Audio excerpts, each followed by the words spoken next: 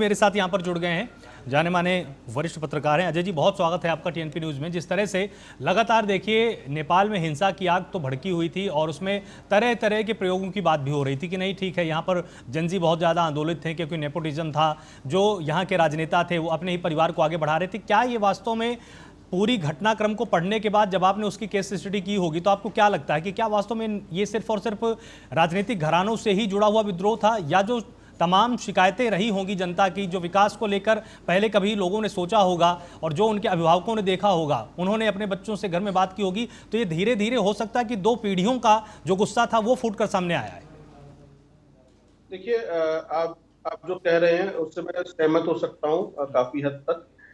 जिस तरह के हालात नेपाल के अंदर रहे हैं, यदि हम पिछले 17 साल को उठाकर देखें तो 14 प्रधानमंत्री आके जा चुके हैं और किसी ने भी अपने कार्यकाल लगभग पूरा नहीं किया है। ये किसी से भी छिपा हुआ नहीं है। नेपाल एक गरीब देश में शामिल है।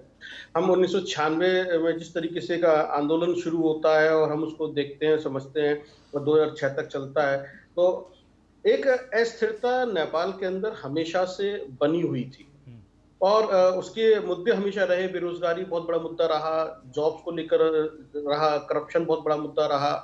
तो ये फिर एक राजशाही और लोकतांत्रिक व्यवस्था के बीच में जो है कि हमेशा एक विवाद रहा और एक खींचतान बनी रही। ये हमने देखा, ये भी इसका एक वजह है। और हमने माओवादी आंदोलन भी देखे हैं, जिस तरह से वहां पर माओवादी आंदोलन चले हैं नेपाल के अंदर।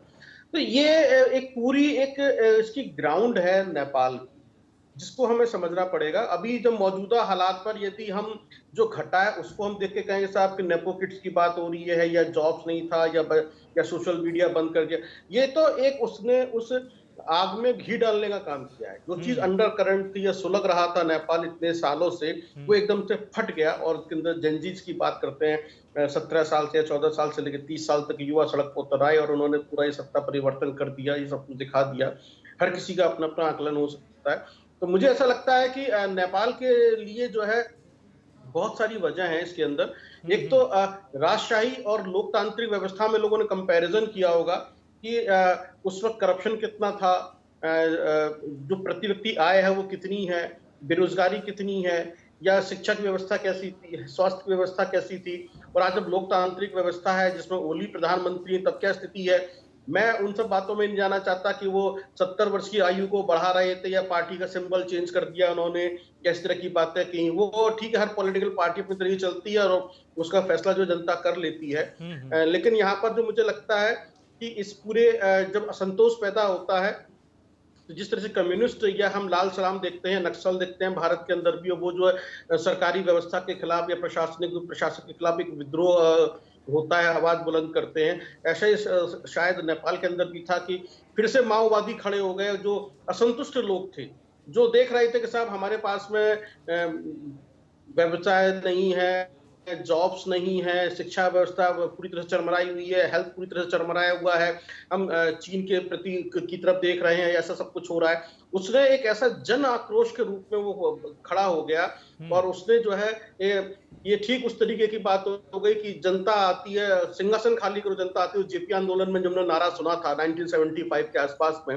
जो रामधारी सिंह दिनकर की जो एक कविता है, तो शायद इसको आज हमने यहीं पर वो चरितार्थ होते हुए देखा और पब्लिक सड़क पर आ गई। और जितना मैंने समझा कि यदि वो गोली जो लगी एक स्टूडेंट्स के जो माथे पे लगी, उसने पूरी पिक्चर को बदल दिया और वो यूथ जो है सड़क पर उतराया। और अब मनीषा कोइराला का स्टेटमेंट देखें, वो बहुत इंपॉर्टेंट है कि जो लाल खून से जो सना हुआ जूता उन्होंने जो पोस्ट किया है और जो पूरी उसमें हैशटैग में या वायरल हो रहा है कि उसने पूरे उसको पॉलिटिकल सिस्टम को बदल दिया। जो भी सत्ता के प्रतीक थे, चाहे फिर वो संसद हो या फिर प्रधानमंत्री का घर हो या अलग अलग सुप्रीम कोर्ट, सब उन्होंने आग के हवाले कर दिया। बोला ठीक है, देखा जाएगा।